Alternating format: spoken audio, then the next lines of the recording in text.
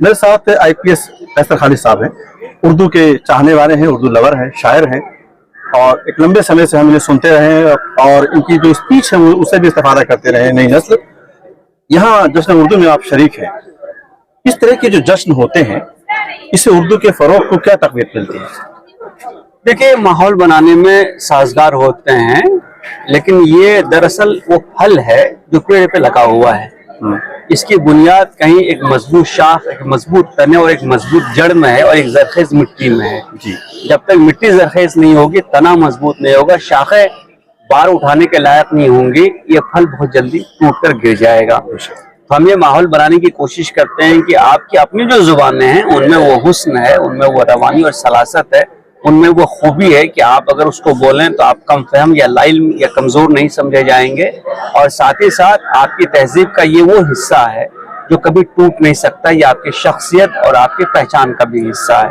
तो एक माहौल जो उर्दू चैनल के हवाले से यहाँ बनाया गया है, कमर सिद्दीकी और उनके तमाम रुफ़ा जिसमें काम कर रहे हैं, ये एक कोशिश है कि समाज जिस दायरे और जिस आईने में जुबानों को देखता है वो कहीं बदले और इंटरटेनमेंट के नाम पे जो आज चीजें हम समाज को सामने परोस रहे हैं उसमें एक बदलाव आए, एक तहजीबी रवायत ऐसी कायम हो कि आप उर्दू के हवाले से या हिंदी या मराठी के हवाले से अगर कोई फेस्टिवल करते हैं, उसमें उस जुबान के अलग अलग पहलुओं के बारे में आप प्रोग्राम रखते हैं तो उसको भी लोग देखने के लिए। सर, इसी दरमियान एक सवाल और आपसे कि इसी दरमियान एक चर्चा और बड़ी जोर पे चल रही है कि रस्मुल खत खत्म कर दिया जाए।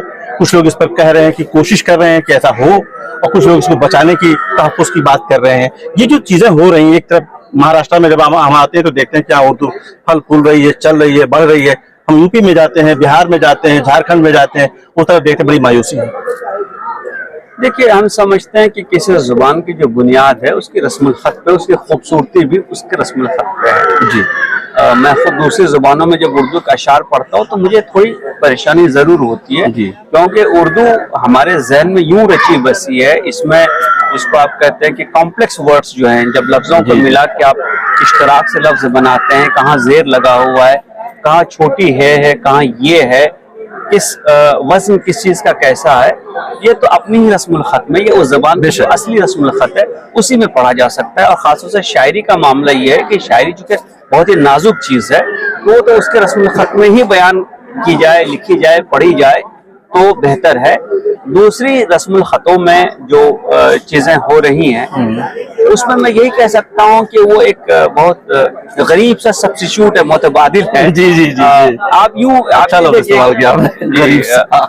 वो उसकी खूबसूरती यही है ना। अब ये यूनिवर्सिटी है ना, आप इसको कॉर्पोरेट एक बिल्डिंग में अगर ट्रांसफर कर दीजिएगा, रहेगी तो यूनिवर्सिटी, लेकिन उसका जो हुस्न है, यहाँ पेड़ पत्ते, यहाँ चिड़िया, यहाँ पे जो खुली फजा है, जो आजादी आपको यहाँ महसूस होती है, शायद वहाँ महसूस ना हो। मैं यूएस के कई यूनिवर्सिटीज में गया हूँ और वो बिल्कुल कॉर्पोरेट की किस्म के हैं, तो मुझे हमेशा ये कमी खली है कि जहाँ कैंपस खुला होता है, बहुत सारा रकबा होता है, पेड़ पौधे होते हैं, परिंदे होते हैं, एक आपको सूरज के उगने और उसके ढलने का माहौल समा होता है, तो उसमें आप शायद मैं अपने आप को ज्यादा बेहतर, ज्यादा जिसको आप कंफर्टेबल इंग्लिश में कहें, अपने आप को अपने घर में महसूस करता हूँ चाहिए। और रस्मुल खत तो कोई खराबी नहीं है।